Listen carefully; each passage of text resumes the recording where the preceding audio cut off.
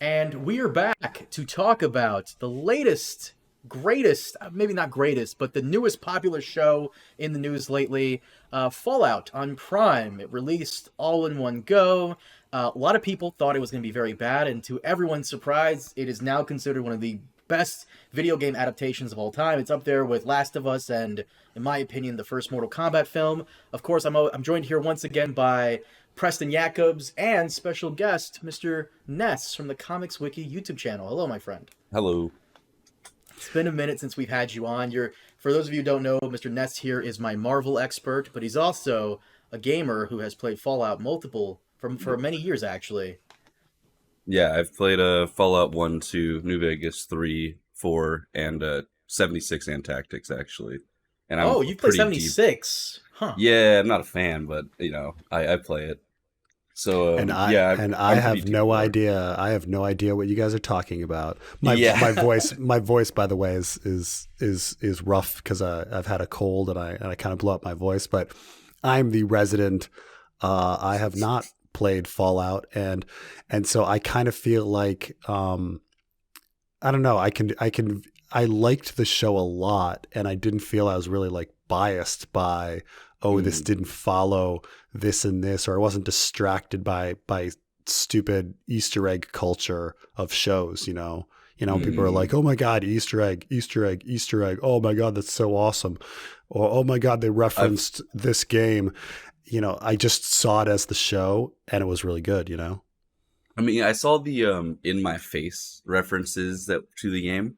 But for the most part, pretty much everything on screen is an Easter egg. Like it's a feast for the eyes for all these Easter egg reviewers. I'm sure people are making like 30 things you didn't notice in the scene. There's like bobbleheads and cram and fucking stupid shit like that. But yeah, like they did really good. That's all I could. And I feel like I went into it not really thinking about Fallout. I just kind of was watching the show and stuck in the moments of the show. So I kind of agree with that, where it's like, I know I was being biased because I love this franchise and I had rose-tinted glasses on, but it felt like I was being unbiased, to be honest. Well, I mean, I will say that having no biases, I will say that it's not a perfect show, but it's a really, really good show. Yeah. And I will say that I have a theory on why it's so good. I think the big elephant in the room is it's Jonathan Nolan, and this is essentially, we were just watching Westworld again, but so he had kind of the plot down already and he was recreating it, but just changing the setting slightly for Fallout. So in many ways, if you're a Jonathan Nolan fan, you're watching Jonathan Nolan do what Jonathan Nolan does. Because, I mean, when you consider it, okay, Westworld is a post-apocalyptic world in which a evil, hyper-capitalist organization like uses science without thinking about the ethics and results in a Western post-apocalyptic world where there are morally ambiguous characters, including a Man in Black type of character. Oh my God. I didn't realize it, that it didn't click until you just said it. He was the perfect person for this. And on top of that, there's timeline confusion. Oh no, yeah, that's I can clear that up. That's dumb. Fallout fans don't know how to read timelines. But I mean, but in the show, as a watcher, I'm saying as a in Westworld there's timeline confusion, and in the show there's timeline confusion, right? So when I was watching the show, the first thing I kind of said to Carmine was, "Why are they eating spam? It's been 200 years." And he's like, there might be some explanation to that." And I was like, "Really?" They just eat a lot of like old pre-war food they find. It's kind of like a staple in the lore. Right, but it doesn't quite make, I mean, so that was the first sense though that I got, that like, and of course, like, you've eventually, like, Maximus has memories of the war, and then you realize there's been two wars, and that, so that there's, And that's the confusion. Like, where on the timeline are you? Which war are we talking about?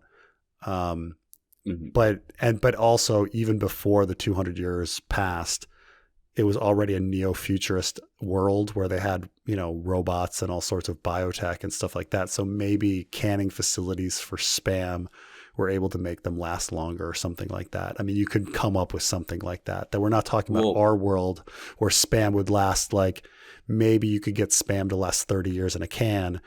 Their spam could last 200 years in a can because they have more technology than we do. See, I think for this universe specifically, that's where the suspension of disbelief needs to come in, because this is built. This whole franchise is based on stories like A Boy and His Dog, The Day After, the like the nuclear film, Le Jeté. I've seen them all. Yeah. Okay, so it's based on those, and so they did place the video game initially. Like, I think the first one's like 2120-ish, so it's like only like 50, 60 years after the war, and they really wanted to catch that aesthetic. For those that don't know, like what Ness is talking about, like A Boy and His Dog is a today it's only like a cult sci-fi movie. Yeah. Like, not many people actually watch it, but A Boy and His Dog, like if you know Mad Max, there would be no Mad Max without A Boy and His Dog. Like A Boy and His Dog is the first movie where you have this kind of solitary man walking across a post-apocalyptic desert, having adventures with, crazy people and mutants. Okay. It like invented the genre. Don Johnson, it's a young Don Johnson and a dog that he has a telepathic connection with, and it's dark. Yeah. So what's it called? A Boy and His Dog? It's called A Boy and His Dog, but you can find it now by going Vic and Blood is what they call it now. Oh, really? Yeah, they changed the name somewhere in the 80s or 90s. But if you read the book, weird. It's very, very similar to classic Fallout and the vibe that they were trying to go for. And you can actually spot a poster alluding to A Man and His Dog right behind Howard Cooper as he's walking down the stairs of his house in like episode 5 or 6. So when I saw that, I realized, so the executive producers, writers, they are aware of the cultural influences that led to Fallout. Yeah. So I kind of gave them a little bit of slack in that case. Oh, wow. This is a 1975 film. Interesting. I've never heard of this before. Yeah. Years before Mad Max. Like, and then have you seen La Jetée? I have not. I've not seen that. Yeah, no. So Tim Cain, the creator of Fallout, he recommends most people watch this ancient movie. I think it's like in the 60s or something. Let me check. 1962. And it's about this man that lives in a post-apocalyptic universe and keeps using these like glasses to try to go back before the bombs, stop the bombs. And he said that was very, very heavily influenced on Fallout. If anybody out there or you guys watch that movie, you'll see there are some very like clear-cut things that they've taken from that movie to put into this universe. I think that they were really just trying to go for a mix of all of these vibes, and they were willing to suspend their own disbelief for this story, and then for like 50 years ish later, like to 60, eating like spam out of a can it's not too crazy. But then we get to the Bethesda Fallouts where it's 200 years later, and they don't really change up the items in it and whatnot, so it just becomes part of the lore that I guess some sort of radiation, because you do get radiation from eating it, so maybe some radiation seeped in, saved it from being spoiled or something. Because radiation in this universe has some crazy effects on things and people. But I definitely think the strongest storyline was the Vault, which makes the most sense in terms of the lore. It's strange. Like I did think there were some odd tonal shifts where it kind of goes serious then comic then serious then comic depending on the episode though. It's not even like depending on the scene or something. Like it's depending on the episode. Where it's like the first episode's very serious and then all of a sudden it becomes goofball and then it gets serious again. And so that kind of struck me. But I mean, I could understand having tonal shifts between worlds, like starting with Lucy and then it being goofy and then going to Maximus and being serious. But it was more like episodes. Like it was odd because it was like Maximus had such a serious story and then he shows up and he's a bumbling idiot. In Philly and stuff, like doing like comical stuff. And I was like, that's a little weird. But I mean, Sorry, guys. But this is all like minor stuff. It's a fucking wonderful show. Every moment I was on the edge of my seat, I wanted to watch more and more. I guess I wish Lucy's brother had a little more to do. I really like when he was like discovering secrets and uncovering stuff. I wanted him to have a little more agency. Like he was actually doing something clever rather than just like running into a vault pretty much, I wanted that. I wanted something more with his story. I thought that was a little wasted, but otherwise it was a load of fun. Sorry, go on. I didn't mean. Oh, I thought Vault 4 was quite a funny bait and switch where you're expecting something to be sinister and it turns out no, they were actually just really good people. Yeah, that was a pretty good. Yeah, no, that got me. As for the vault, like not having much going on, I think that's kind of the magic of most vaults is like for example, a lot of the stuff you're saying is actually catering to the people who want this show, like, right? Like the gamers, right? So a lot of Fallout is you go do a very serious mission and then, you walk off and then you get this really silly side quest, or and then you go back, you get another really serious mission, you get another goofy side quest, another serious mission. And so like, that's kind of the vibe of the game. It started as a dark comedy. As for the vault, I think that the magic of most of the vaults, especially in the games, and they transferred it well to show, was you get in there and it's subtly creepy. You're aware that there's something going on, but the deeper that you go into it, the deeper that you keep walking through the vault, the more you start exploring the terminals, the more you start to get the context of what really happened in this vault. And I think they captured that process that the gamers go through and that I've gone through like a billion times perfectly on screen. Like that's how it feels, especially when you're in a gated community like a vault where everybody's keeping an eye on each other. Like this kid really had to go out of his way to get into 32 and 31. Right. And that's what I found ambitious. He's not even a surface dweller. He's a vault dweller and he's willing to do side quests down there. Like that's kind of crazy to me. Right. I mean, there were some really interesting moments where I wanted to get back to his storyline because, I'm like, oh, the discovery that that Vault 32 was killed 2 years earlier. Like, what's going on? How did the Raiders get in? Why are they keeping the Raiders alive in their prison? And then why did they get murdered? Like there's a lot of like, he's constantly being like, all of this is very creepy. Not all of it makes sense. Like he was suspicious of why they were kept alive, and then he was suspicious of why they were killed. And you're like, well, you can't be suspicious of both. like. I will agree with that. I think that was a little unnecessary. But well, actually, there's a couple of plot holes in here I wanted to get into. Was there one thing you wanted to finish up with, Mr. Ness? All in all, a good show. They didn't retcon New Vegas. Everybody can calm down. The NCR was already weakened by House, so actually, you know what? Calm down. I don't want you to skip on this because real quick, let me just explain the controversy behind that. So, and you can correct me if I'm wrong about this, Ness. Yeah. So, from what I understand, people were complaining about is at the very end of the show, it looked like New Vegas was destroyed. Yes.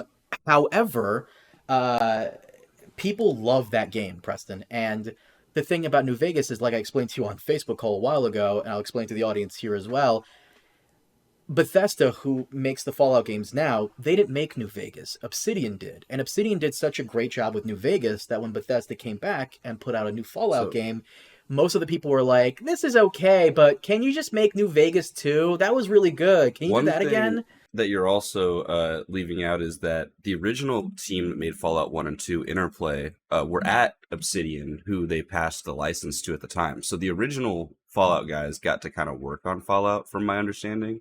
So Bethesda let them borrow the IP, and they made the superior Fallout game, and they gave it back. So that's kind of why people were like, don't touch it, that's beloved, Well, that's why people were thinking that Bethesda was being petty and douchey by trying to wipe away the legacy of New Vegas by nuking it in the show, just like they nuked Shady Sands. Yeah. There is a couple of plot holes here that kind of just like one of the main ones, because you were talking about the vault, and I want to start with the vault stuff. So one of the major plot holes here is that Moldaver, she's friends with Rose. It's almost implied they have some type of like romantic relationship, but whatever. Why would Moldaver take raiders into Vault 33 and unleash them on everybody, potentially almost hurting and killing Rose's kids? So I think that's where some of the controversy starts. Is Moldaver, from what I got out of the ending, is that she's supposed to be some sort of NCR, right? Is that correct? I don't know if Moldaver is like everything with regard. Like I would say the biggest plot holes that I saw were regarding her. Like I don't understand how she's still alive. Okay. Yeah, exactly. That's another one. Cryo Vault. She's right, but definitely. But who's Cryo Vault? She was leading the communists against the capitalists when we last saw her. She could have been like, okay, so this is where I was talking to Carmine about it, was Moldaver, right? Everybody, I think, I've heard this from a couple of people. How did she get in the Wasteland if she's pre-war, right? And there's only really 2 or 3 ways. Time travel with the Wild Wasteland perk, which is not canon. There's becoming a ghoul, and then there's cryo storage. Cryo storage isn't specific to one vault. It's not specific to just what's the vault in the show, 3 or 4, right? Or 33? 4. Right? I mean, one could explain like that. The reason that they worship her in Vault 4 is that she went to Vault 4 and she was cryo sleeping in Vault. But wait, no, she would have been cryo sleeping before. But we know we met the scientists from Vault 4 beforehand, and they were definitely like super with Vault tech. She was definitely in my head. She for sure was definitely a Vault Tech employee that has been radicalized by the Wasteland. She most likely came out of the same pods that Hank came out of. Like, even though we saw the names on him, her real name probably isn't Moldaver. She's probably like one of those names. Maybe she's further in one of the pods that were open. But I think that she went out after being, maybe overseer, or maybe they had a specific Vault Tech mission for her, because all vaults are experimental, and she was sent over to 4. Or 4 had, because you can see in that boardroom at the very end where everybody's kind of arguing over what they want their vault to be. All of those are canon. So every vault is an experiment. It's not really that far of a belief system to say, Vault Tech wanted one of their employees from pre-war to take control of a vault as an overseer 200 years later. So we're going to build one cryo storage for the most important Vault Tech employee.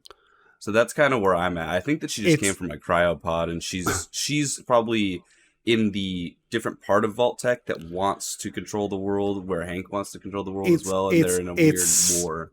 Here's the thing. It's not that it's not possible that she somehow ended up in a vault cryopod, but we need to see that. That needs to be season 2 immediately. But the thing is, her character dies at the end. So I'm like, are they even going to bring her back? Because when we saw her back in pre-war times, she was the leader of the communists and against Vault Tech. And so we have to explain how she gets from being the enemy of Vault Tech into a Vault Tech cryo chamber, and then escapes that Vault Tech cryo chamber to start Shady Sands. I mean, I imagine she could even be like, they probably could be saving it for season 2, because she could just be a force of Robert House. Like, she could come from a cryo vault under Lucky 38. So I mean, that's a good point. I didn't even realize that. It's like, how did she? And we need to see it. Yeah, and they did kill her. So I really hope in season 2 they at least explore her backstory, or just give us a one-off line to satisfy most people. I mean, there's a lot of mysteries with the ghoul. Like how did he go from? We still don't know how he goes from being married and to single dad with the kid to searching for his family, meaning his wife and the kid. Like, had he not said his family and just said his daughter, Mm-hmm. I would have been like, well, yeah, he grabbed the kid and they got divorced and they were out of there. It like that would just be the logical thing. That the wife took the kid to a different vault or something, or like exited the vault early, right? Or even went into a vault and left him outside of one or something. But he was already labeled as a communist and exiled from Hollywood doing birthday parties. So like with the daughter, so is Vault Tech really going to tolerate her being married to a communist, a known communist? That kind of thing. So there's a lot of explanation that needs to be done with the ghouls plotline too. So far, two plot lines you've mentioned, two plot holes you've mentioned. Moldaver surviving, how that happened, and two, how did this whole situation with I want to like tag in another plot line with you about Cooper that you're bringing about Cooper and his family. What if Barb, Cooper's wife, part of Vault-Tec, if she's the first one to bring up the idea of dropping the bombs. If she knew when the bombs were going to drop, why would she let her daughter out there with the father? They were definitely already separated at that point, right? But the daughter, condemning they her own say daughter? it. They have a little bit of the daughter. I don't know. I imagine she's just with her dad, like on a Sunday, right? But also like why, when he knows that nuclear war is going to happen very soon, is he even still chilling around like Los Angeles doing birthday parties? Imagine the one you love said that. You'd probably think you could talk her out of it, right? So like, here's my thing. He probably still wants to be around his kid. He probably thinks his ex-wife really isn't that evil, and he's sitting there doing the kids' birthday parties. They say, I think in the beginning, to pay alimony, right? So I don't think it's a stretch because he's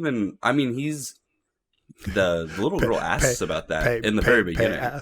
Pay alimony to his incredibly rich wife. Yeah. It's pretty funny. I like. Well, what I'm saying about like Barbara is, why would she pick a day? I don't think she picked the day. Drop? They probably betrayed her. And, like, somebody, did whatever. There needs to be betrayal of Barb. She's not the top of Vault-Tec. She was just representing Vault-Tec in the board meeting. So and there was like 2 Vault-Tec employees. You remember you pointed out the guy that's like in a silhouette above them watching? That's probably the leader of Vault-Tec. Oh, I see. And Speaking the bombs of dropped on October 26th, so I don't know if she really knew or chose that date.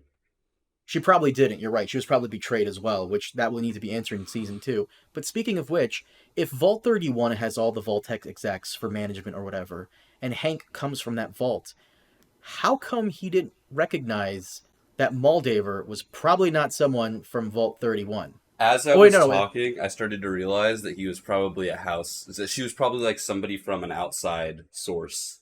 Like maybe she was stored somewhere else. You're not just Hank. You're right. Every single, if only Vault 31 execs are in charge, every single Vault 31 person would immediately know that that's not Vault 32. That those aren't the leaders.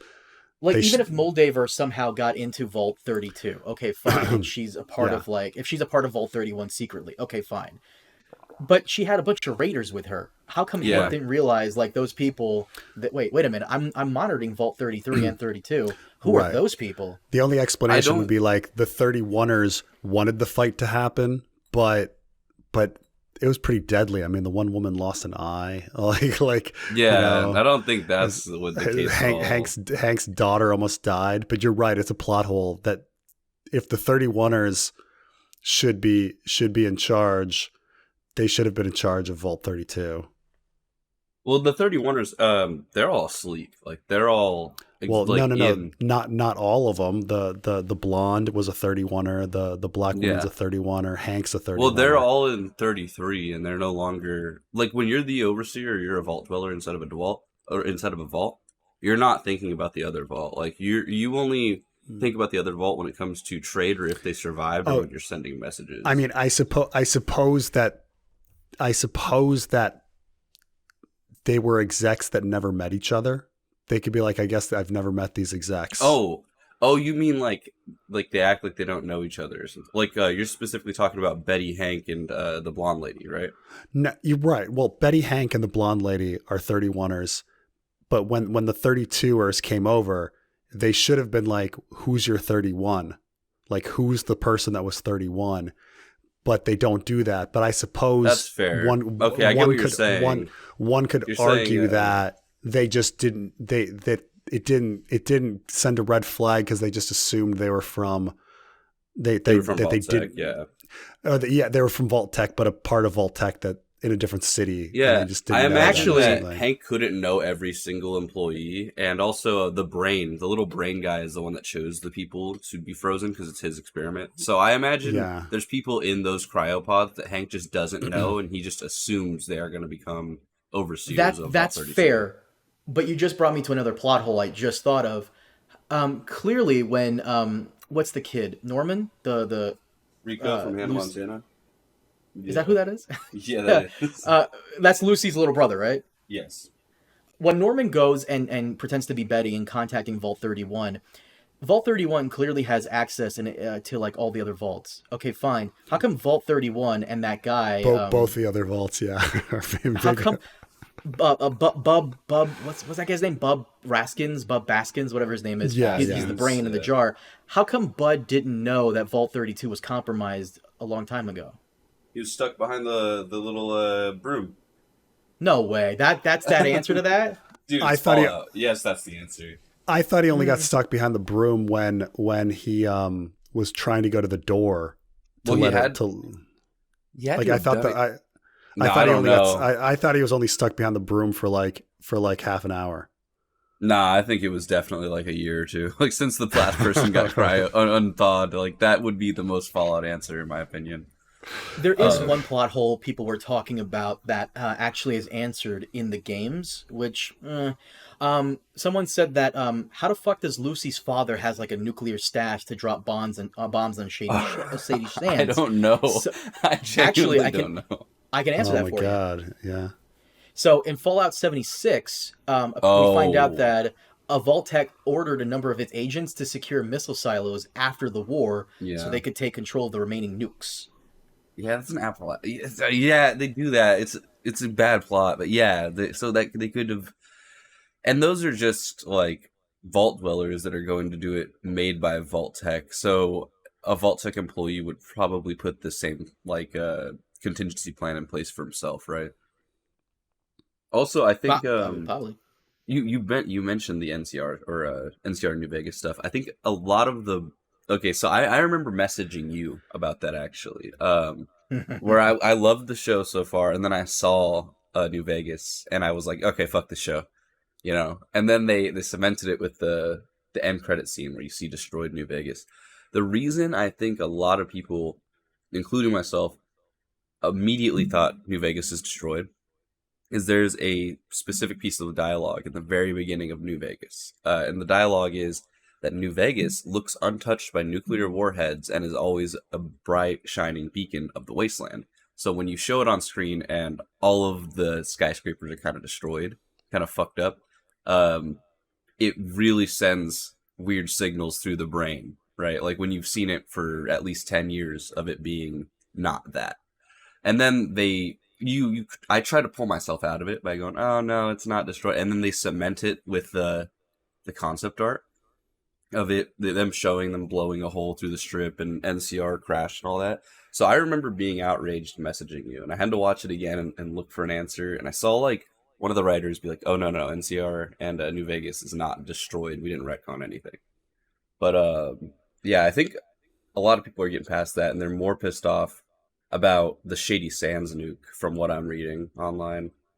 They're really mad about how weak the NCR is in this. Well, yeah, that's the thing.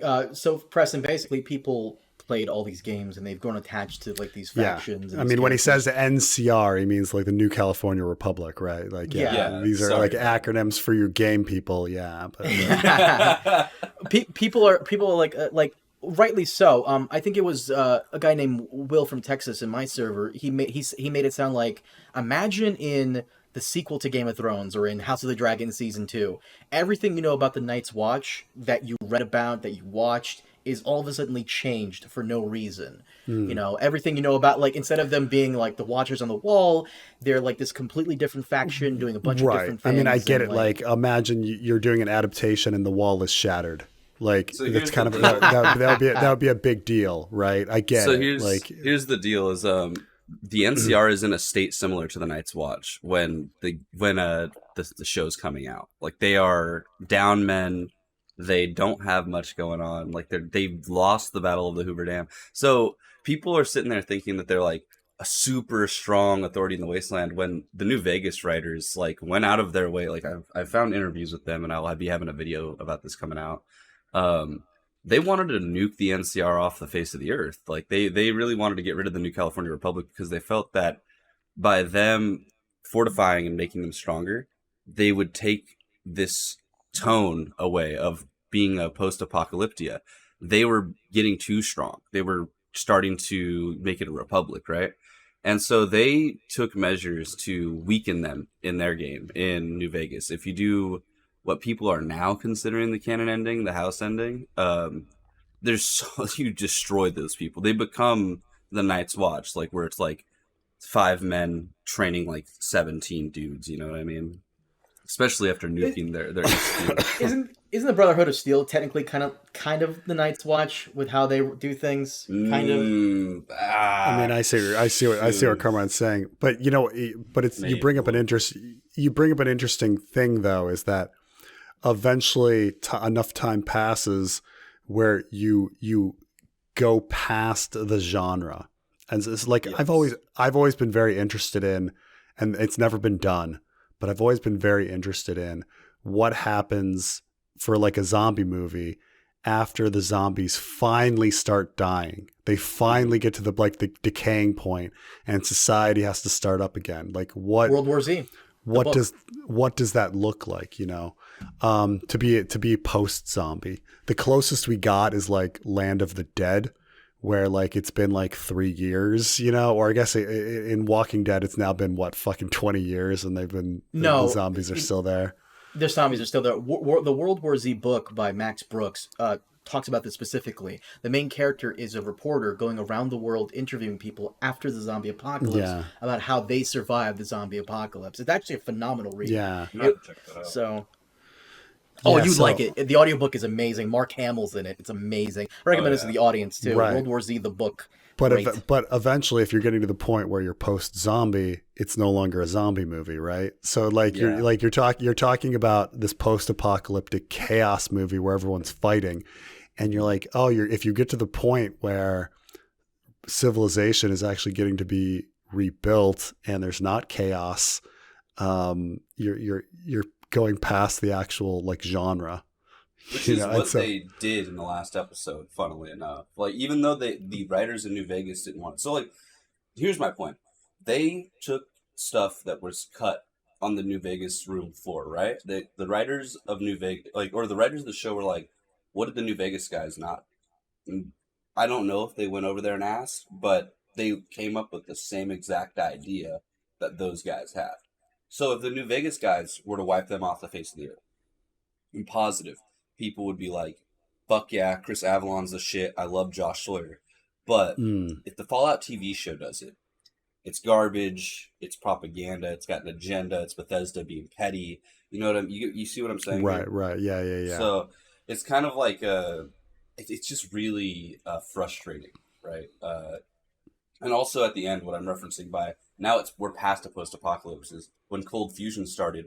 My mouth legitimately dropped when I saw the lights start coming on, because that's not a we have like little structures in Fallout 3 there's Tenpenny Tower, which is this little hotel skyscraper in DC that they turned the power back onto and kind of reconstructed for people to live there as a civilization community place, but it's isolated, it's its own thing. Or you could build your settlement in Fallout 4 or Fallout 76 and put some lights up in it with a base generator. But for the electrical grid to come back and all of the lights come on, that's a very, very big deal. And this is canon to what's coming next. So I don't know how we're going to navigate this, or if it's just the West Coast, maybe. Yeah, I will say. I mean, I thought that each of the characters in the story has a pretty interesting journey where we start with Lucy, and Lucy wants to go back to her. The only thing she wants is to get her dad and go back to her life in the vault. And then she comes to the end of her journey and she realizes that, you know, there's no going back. And she wants to find out the truth instead. And then we have Maximus who like only wants like to be accepted by the Brotherhood and things like that. And then when he finally achieves it, he realizes that he kind of doesn't want that. Well, the problem with Maximus is he wants to be a knight without doing any of the hard work of being a knight, and then in the end realizes that that's not the way to become a knight. I think, right? Because he's like shitty brain rot wasteland guy. But go on. But what I appreciate is that both characters, in a sense, got what they wanted, and then realized that they didn't want what they wanted. You know, Lucy did find her dad. Maximus did achieve knighthood and was accepted by the Brotherhood. I will say that the ghoul. The orange-colored sky, just like in the yeah. I guess I guess it's the reference to the beginning song. I will say that it was one tiny little nit is I don't know why the head of the Brotherhood all of a sudden is like, yeah, we're going to rule this together. Like, why? Like, why are you sharing the mantle with Maximus of all people, who seems like a doofus to me, you know? And also, it seems like they hate him. Like, the Brotherhood are hard asses and all that, but they are not like that. Like, it's insane to see how they butchered the Brotherhood. Like, I love the Brotherhood while playing it and while reading lore and stuff like that. I think they're assholes, but Jesus Christ, dude, like you can see Maximus shaking while he's like, "Did you put the razor blade in your buddy's fucking boot?" He's, no, I didn't do that. And you can see the power armor behind him. I imagine, yes, there would be interrogations, and there would be a subsect of them that are kind of shitty people. But like, holy shit, when they had Michael Rappaport literally tell the vertibird driver to like, "Put me down, I'm bored, I want to shoot something." I hated that. Me too. It felt so like just stupid. Just like that was dumb. They felt, I mean, honestly, the Brotherhood to me felt like they were lifted from Warhammer 40K. Okay, that's fair. I could see why. You know? Yeah. You know, like just a bunch of like religious grunts, you know, yeah, who are that's like what they super, are in the first one. They changed it by 3 or 4. By 3 or 4, they just kind of become a militaristic like group where it's yes sir, no sir, blah blah blah, super. Yeah, everybody's dressed up in outfits and doing stuff. But in the first game, if you go to the Brotherhood of Steel for it and you ask them about their armor, they'll specifically be like, "I feel naked without my holy armor." Like they call it holy, and they have a very zealot way of speaking. Right. I mean, it's a group of religious Marines with space armor that fight mutants and like literally 40K. It's how did you? I wanted to ask you guys, and this is a bit of like I've been hearing people talk about this, but like the actor for Maximus, Aaron Moten. Some people are like, first of all, he looks like the Cain actor, and he has a very similar acting style to the Cain actor, Jonathan Majors. Like they both have this like smoldering intensity to them, and they also have like jittery like moments of like insanity and stuff that, you know. They look very similar when angry too. Like the way they purse their lips and the way they flare their nostrils. Like I'm thinking about when Rappaport was like, "You're gonna fucking die out here, bunch of vultures, blah blah blah." And it cuts to Maximus's face really intensely. He does look like he could be the son or even a younger Jonathan Majors. It's really so because Jonathan Majors is out, like why don't we just fucking hire Aaron Moten to play Cain, man? Or Dwayne The Rock Johnson. Yeah, one of the two. The Rock Johnson. It's too expensive. He's so good. No, but I actually hated Maximus though. Like legitimately, I wasn't a fan of his storyline. I hated him so much. The cock writing was some of the worst writing I've ever. Like if it did not feel that felt fucking weird. And I wanted to ask you about that. They were trying to add some sex in it because like obviously it makes no sense that the ultra conservative vault people would be so open about sex. It just would not. It just would not be the case, right? I was going to ask you about this, Ness. Like, has Fallout always been so horny? Because I feel like this was like unnecessarily horny at times. In the Wasteland, yes. In the Vault, not so much. In the Wasteland, like, dude, you should see the amount of nude mods or like make the prostitution section of the game like functional. Right. It's fucking crazy what people. But like various scenes are only funny because you're establishing a hyper conservative like society. Right. So so for instance, the scene where the cousin is like approached by the one-eyed woman and she wants to sleep with him. And then she asks him to like put on the sweater of her dead husband. That's only funny. That's only funny if you think of them as a hyper conservative, sexually repressed. Like which is how I society, view them because of the game. Right. But they don't come off like that in the show. But if Lucy is just like, no, we're all pretty free about sex. Hey, you just want to have sex, like, she's like asking people about their sperm count like willy nilly, right? All this. And keep in mind, this was a woman that was having sex with her cousin, having sex with that character who was very awkward, and everybody knows too, right? And everybody knows about it, and but at the same time, like, if that guy is sexually experienced, does it make sense that he was so awkward in that scene? Like it doesn't quite. Well, you gotta admit that blonde lady's so pretty, though. I would be so nervous in that scene. Like, I would be so nervous to bag a pregnant one-eyed woman. I'd be like, come here, Cyclops. Like, it's crazy. So it's interesting that you like the Vault storyline the most. I like the Ghoul storyline the most. I thought that was like the most interesting. I don't know, Walton Goggins, he's always in movies, but he's one of those guys where it's like, oh, it's him. What's the story of him being in the box at the beginning? Do ghouls never die? So that really bothered me. Ghouls never die, but for some reason, the way that ghouls work, right, is like they can live essentially forever until their brain rots and they become feral. And you meet a lot of pre-war ghouls in all the Fallout games. So they added these two lore breaks, I think. If this is already in lore, please correct me in the comments or something, but I'm almost positive it's not.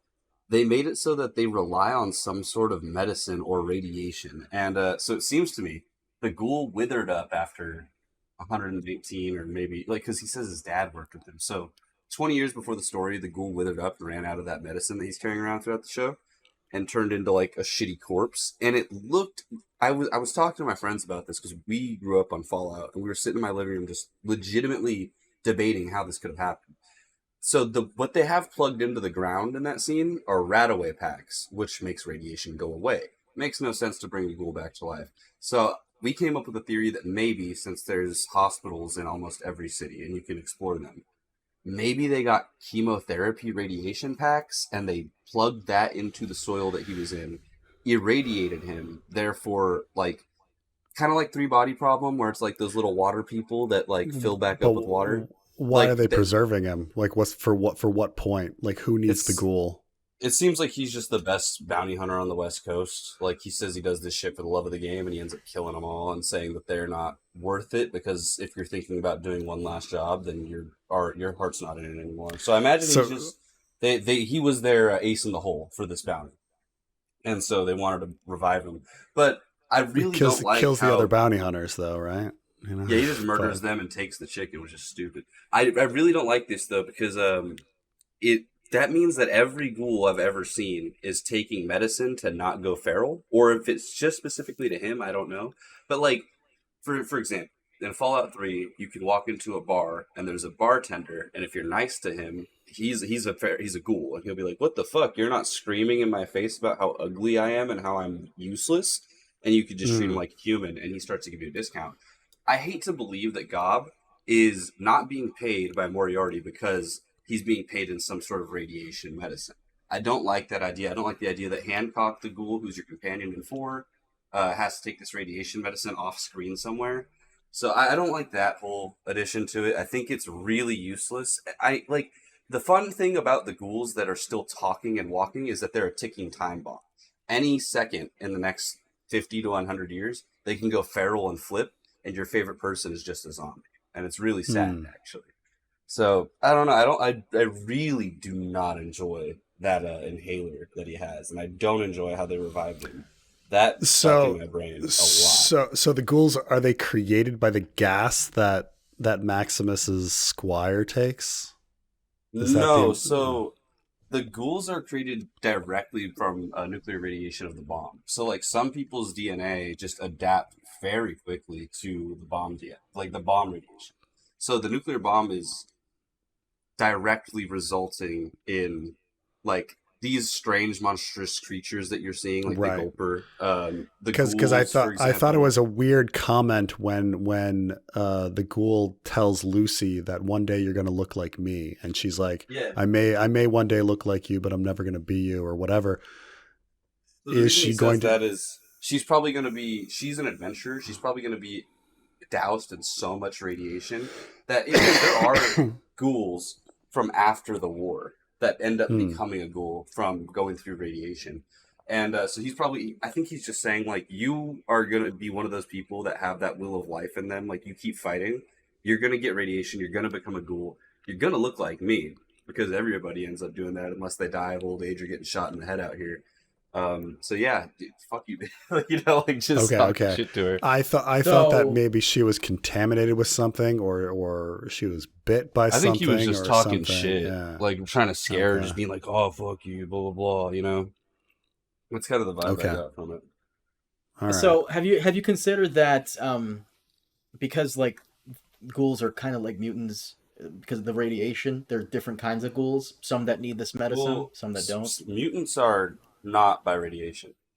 They're by the FEV virus that was created by the Enclave. I'm not talking about like the mutant as in like I thought you were talking about the big green ones. What mutants are you talking about? Not like in regard like ghouls, the Brotherhood sees them as mutants is what I meant. But like in regards to like mutation from radiation and stuff like that, and it's just don't you think there are different subspecies of ghouls? Some that are like the guy in the bar in Fallout 3, and some that are like Cooper. Yeah, in Fallout 1 they kind of explore this a little bit. When you go to Necropolis, there's ghouls that are like exactly just like a Dawn of the Dead type like zombies. They're even green and like eat brains and shit like that. Like, so yeah, I do think there are. They're probably just in different subsects of the country, I imagine. Like how different people reacted to the bombs and whatnot, and how different cultures reacted. And also, to be fair on this, Hancock, the ghoul mayor from Good Neighbor in Fallout 4, didn't he become a ghoul because of some like experimental drug that was radioactive? Yeah. So but he's not so he's after pre-war, whatever the fuck. But he's not constantly sitting there hitting that drug over and over and over again to stay alive. You get what I'm saying? Yeah. Like it was just a one-time transformation thing. So like if it was like that, it'd be different. But I don't know. So I liked the Cooper Ghoul story. You liked the Vault story. Preston, you liked the Lucy stuff?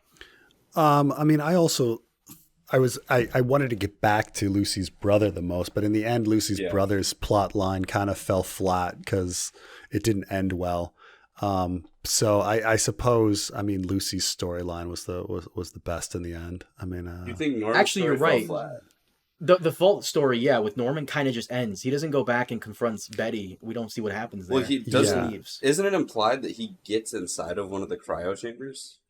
I mean, I guess that's the option. I mean, we don't know, but I thought he got into a cryo chamber until season 2. That's kind of the vibe I got from that scene. Well, he definitely walks over and considers it, or we don't know if he's in or not. But okay, I mean, obviously, I wanted to so in regards to Fallout coming out all at the same time.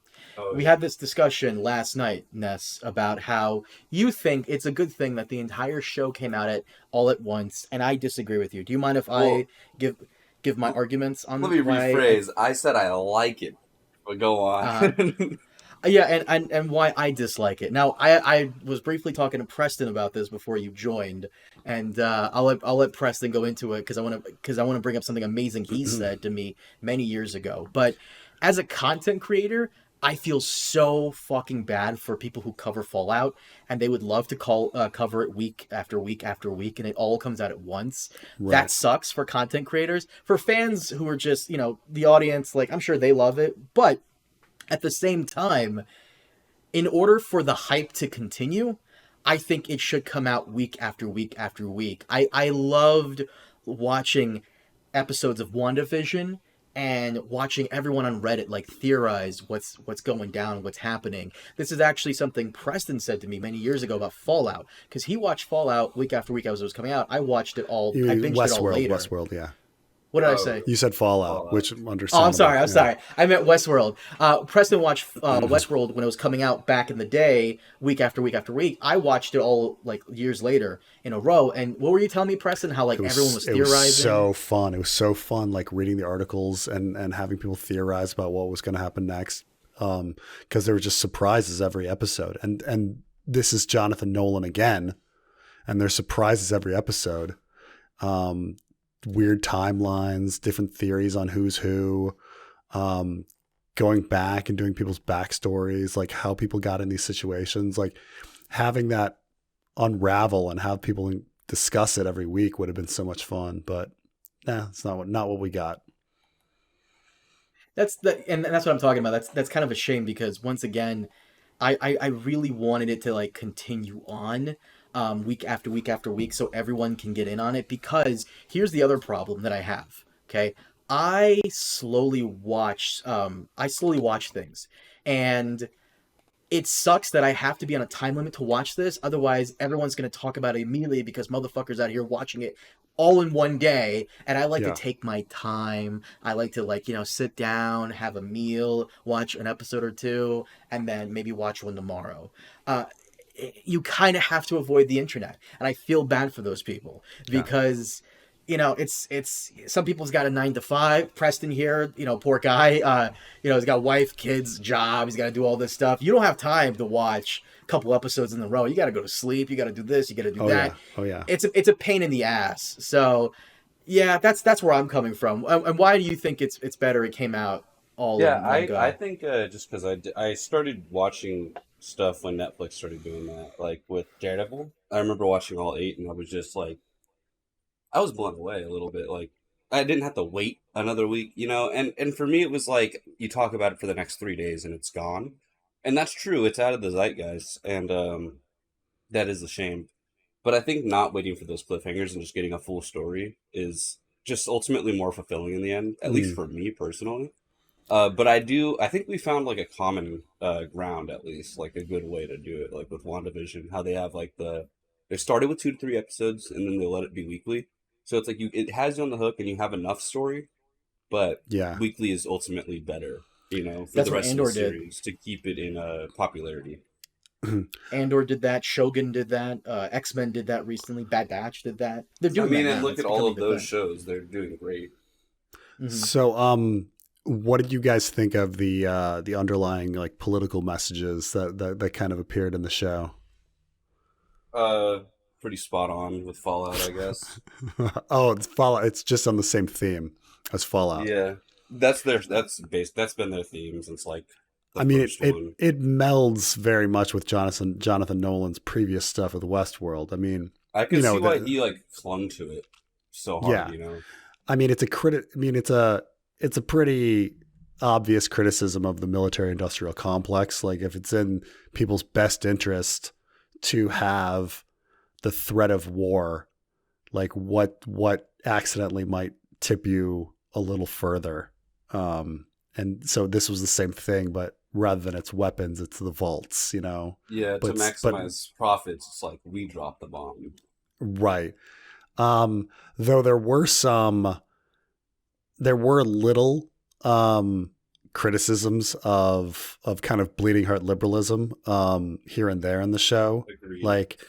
Like when they were trying to treat the Reavers like well, you know, and Oh, like the Raiders? the Yeah. Raiders so well and so humanely. Like everybody in the vault looked like so naive, right? You know, Yeah, that really pissed me off. To be honest.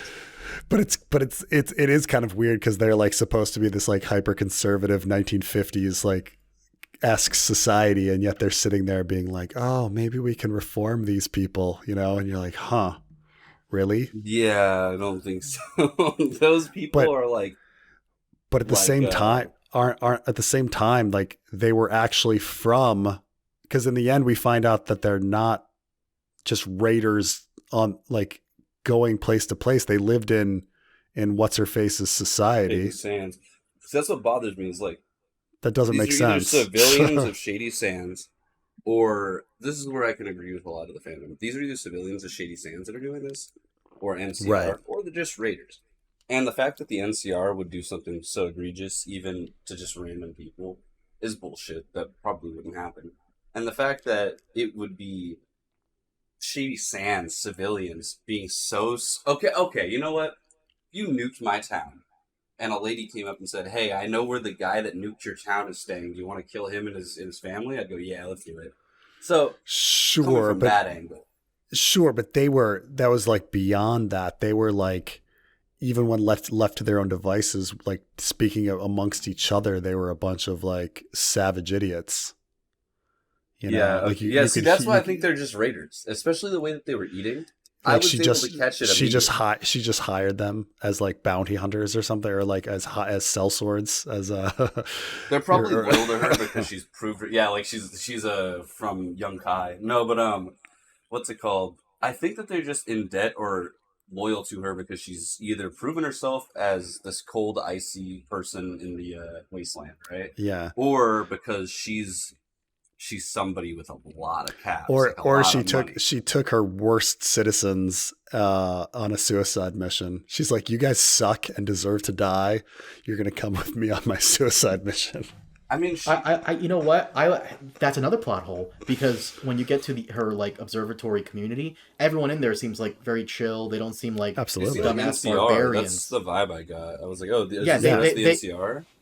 That's the rest of the NCR. So I'm assuming, like, did she just hire a bunch of raiders and just promise them something? Because the Shady Sands survivors, right. And she's like, and one of you needs to be hot. Like that's like, you need one of you to be hot because you're gonna get a clean woman in a warm bed tonight. And that was maybe that's what she promised them. Yeah, that's what you have to for everybody else has to be like borderline passable too, though. Yeah. So like no one's missing eyes, no one's missing ears, like that kind Except of for thing. that dude with like the giant death claw scratch in the back of his head, which is like really telling. Did you guys catch that too? The raider with the giant 3 scratches on the back of his head during I actually didn't see that at all. I was like, yeah, that was a big red flag. These guys are raiders for sure. You know, as someone who's played Fallout, I've only played New Vegas and 4. That's the one thing I noticed was missing: mutants. The big orc-looking mutants, and super mutants were good. Deathclaws. Well, not super mutants, normal mutants. I heard that's what's going to happen to the Squire. That he's going to become one of those like big orc mutants. Oh, they're gonna hit him with FEV. Well, the idea is that the fact that they called him a ghoul means he's not a ghoul, and that he's something else. You mean Johnny Pemberton, the little the one? Okay, I think he's a ghoul. Also, they added Wolverine healing to ghouls. That was weird. Yeah, because that's why he might not be a ghoul, you know, or whatever. I think he might be something else. I don't think so. I think he's legit just going to become looking like, if you give him 40 or 50 years, not even that. I think like 5 years, he's going to end up looking like what's his name, Cooper Howard, the ghoul. He'll end up looking like him. I think that we just saw for the first time somebody turning into a ghoul. It's like maybe their skin doesn't melt off, and maybe it's literally. Oh, wait a minute! With the radiation in the DNA. Wait a minute. What if that fucking so the creepy doctor guy?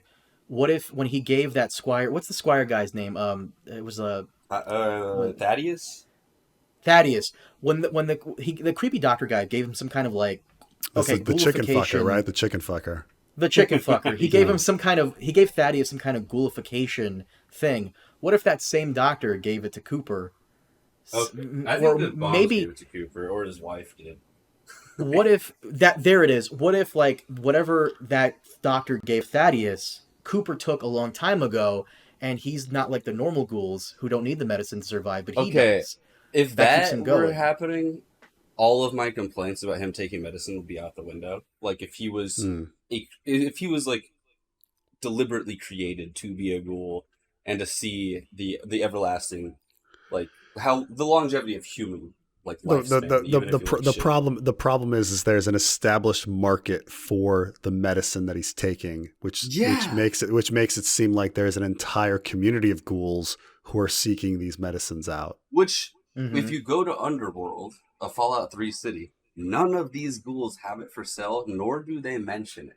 Which don't you think like a city of ghouls would be at least have it on like their little medical sale market or whatever? Like, so yeah, they changed lore, and then so you said something that brought my brain to Cooper Howard. I don't know. I really hope you're right, but I have a feeling that he kind of probably just like was banging on a vault door trying to get his daughter inside of the vault or something, because he gets away on that horse with his daughter. And I mean, unless Moldaver is his daughter, which it isn't, you know. That would have been a good. I thought about that. I thought about that too.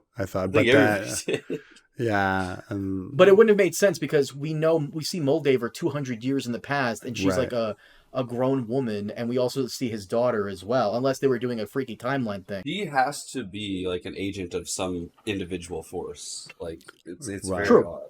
I mean, it's so funny that they took that Jonathan Nolan took the Man in Black and Maeve and made him the same character. You're such a dick for ruining that, man. Like, now I can never unsee that, dude. As soon as you started pointing it out, I was like, oh my god, it's falling into place. I'm going to be like, what? The ghoul has a daughter? I didn't know that. You know, it's going to be what do you mean he used to be a good guy and this changed him? Oh my god. Because you keep mentioning Westworld, before we wrap this up, Jonathan Nolan, when Fallout was about to come out, he did an interview with the Hollywood Reporter in which he said he hopes to finish Westworld. Preston and I, for whatever the fuck reason, hopeful optimism, was where we were hoping as the new Fallout season, new Westworld seasons were coming out, that they would be better and back to form, back to season 1, which I think is some of the greatest television ever. Nope. Season 2 sucked. Season 3, meh. Season 4, not that good. Yeah, I only watched season 1. I tried season 2, and I turned it off during episode 2. Yeah, I was done. It goes downhill quite a bit. But here he is remaking Westworld, and it's pretty good. It's pretty good for the first season. That's what I was coming to. All right. So what are we gonna do? What if they do the flood in season 2 of Fallout? But that's the thing, is that, you know, Jonathan Nolan, is he like Dave and Dan, where he can, like, you know, the first couple of seasons great, the next seasons afterwards not that good. I know he wants to finish Westworld. I don't think we need to. Leave it alone. It sucked. I will say there's a big difference between Jonathan Nolan and Dave and Dan. Dave and Dan is that, look, yeah, Jonathan Nolan's later seasons of Westworld were not good. However, I will grant this. When you see him in interviews, you can tell he's been really thinking about the story, and he wants the story to be abstract and risk-taking and breaking new ground. And even though he failed, I at least credit Jonathan Nolan and his wife, who is his partner and everything. Lisa Joy. I credit them with taking the risk. So at least there was risk taking with season 2. At least there was risk taking with season 3. At least there was risk taking with season 4. They never played it safe. They were never lazy. Sure. D&D, they were definitely lazy and tried to play it safe in those later seasons. And so, like, I think it's a different thing to compare. Like, these are two people that tried. They really tried. No, that's fair. But them trying didn't work out for HBO, because Westworld was supposed to be the Game of Thrones replacement, and it just wasn't. Yeah, it just wasn't there. So that's because I like this. I do think it's up there with Last of Us and the first Mortal Kombat film. It's one of the best video game adaptations ever. And hopefully we get a season 2, lickety split, because I want more. I really do. Yeah. I don't know. I don't want them to touch New Vegas. I'm really afraid of that. They're gonna have to, because I know they set their sights on it, and now they gotta go there.